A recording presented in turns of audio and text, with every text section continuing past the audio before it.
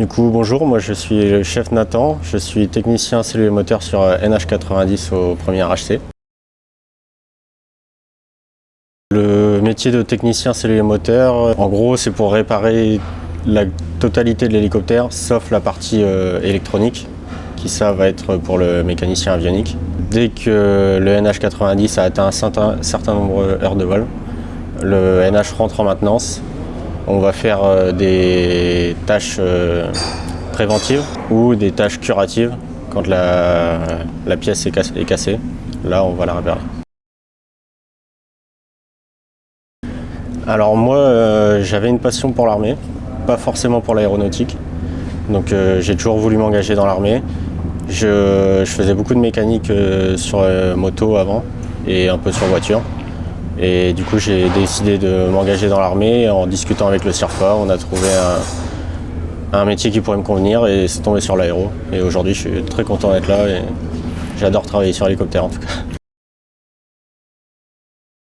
Pour être mécanicien cellule et moteur, il y a une formation de 13 mois à Rochefort. Donc on va à l'école de l'armée de l'air, où là on apprend vraiment la base de comment voler un avion ou un hélico. On voit la globalité et après ces 13 mois, on se spécialise sur un seul hélicoptère ou un avion. Et du coup, moi, étant en escadrille de NH, j'ai fait 4 mois au LUC, où là j'ai vraiment appris le NH en totalité.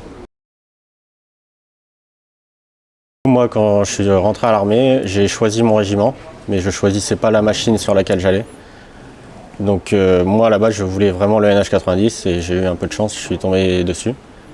Mais aujourd'hui, ça a changé et à la fin de Rochefort, donc des 13 mois de Rochefort, on choisit aussi son hélicoptère. Le NH, moi, je voulais un hélico qui pouvait faire énormément de missions différentes. Je voulais aussi un hélico où il y avait un mécanicien navigant, donc pour évoluer en tant que mécanicien navigant ensuite. Et surtout, c'était une machine neuve qui était belle. Alors les réparations, par rapport à un certain nombre d'heures, par exemple toutes les 25 heures, le NH90 lui va rentrer en maintenance. On va avoir des tâches préventives du coup.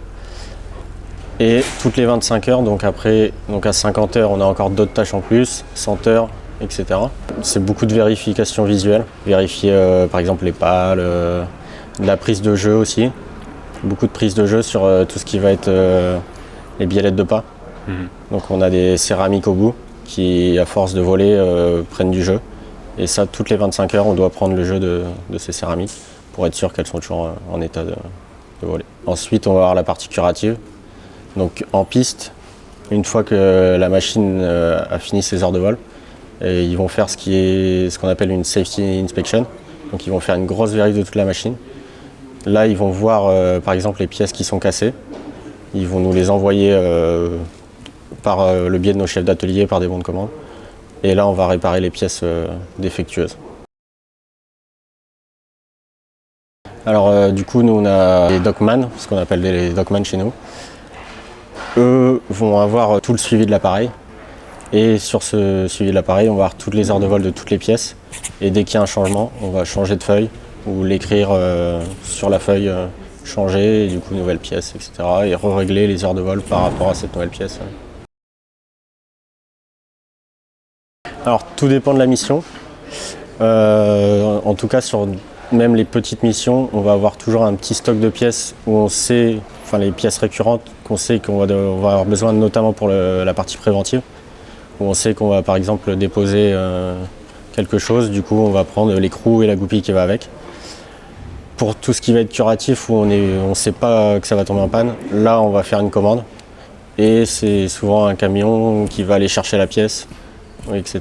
et qui va nous la ramener sur le terrain. Le gros de notre approvisionnement se fait à Montauban, ouais.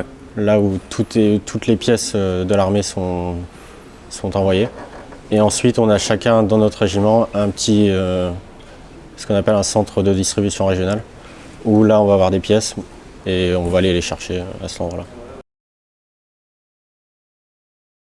Alors sur le terrain, il y a plusieurs possibilités pour déposer un moteur. La première possibilité, c'est avec nos GBC. Je sais pas si... Non. Donc c'est un camion avec une grosse soute à l'arrière où souvent on met nos pièces, on met nos outillages pour emmener tout ça sur le terrain. Et souvent sur nos GBC, on a ce qu'on appelle un YAB. En gros, c'est une grue qui est à l'arrière du GBC qui nous permet d'aller lever le moteur, les pales. Donc sur le terrain, souvent on va se servir de ça. Et ensuite, on a également une potence qui est avec le NH qu'on peut mettre en place, qu'on accroche sur le côté et qu'on peut mettre en place pour déposer le moteur.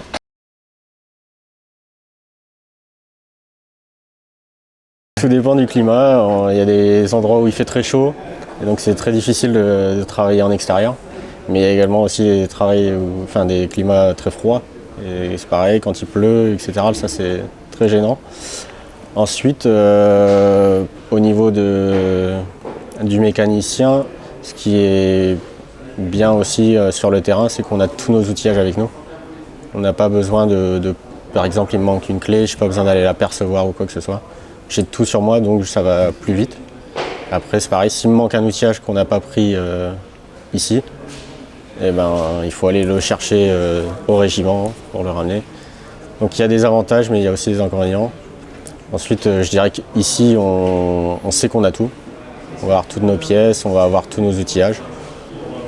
Donc ici, c'est le confort, mais sur le terrain, c'est un peu plus... C'est bien aussi d'avoir un peu de challenge et de travailler un peu plus rapidement aussi pour que la machine sorte et qu'on puisse réaliser la mission. Il y a quelques années, on avait une machine s'est posée un peu précipitamment dans un aéroport pas trop loin d'ici et pour un pompage moteur. Donc on a dû créer une équipe de maintenance très rapidement et aller d'abord la garder, parce qu'on n'a pas le droit de laisser l'hélicoptère de l'armée tout seul, et réparer le moteur. Donc on est arrivé sur l'aéroport, donc on a regardé ce qui n'allait plus et ce qu'on devait changer.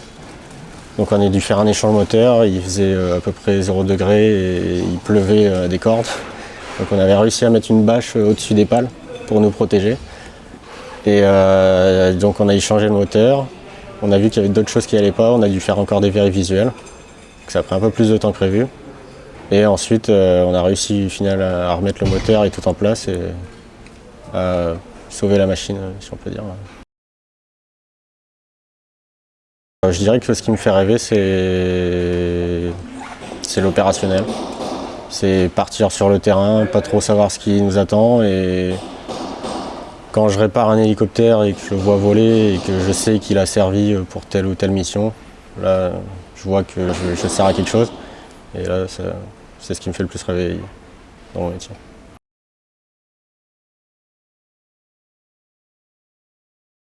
Je lui conseillerais de foncer, de ne pas hésiter à venir dans l'aéro. C'est pour moi le meilleur métier de l'armée, donc le meilleur endroit où il faut venir, c'est la latte. Pour être mécanicien, on peut postuler à partir de 18 ans ou 17 ans et demi dans l'armée. Il y a plusieurs voies différentes, soit on rentre en tant qu'engagé volontaire de l'armée de terre, soit comme moi directement en sous-officier. Donc là, après il faut faire 8 mois de classe à Saint-Mexan et ensuite enchaîner sur Rochefort.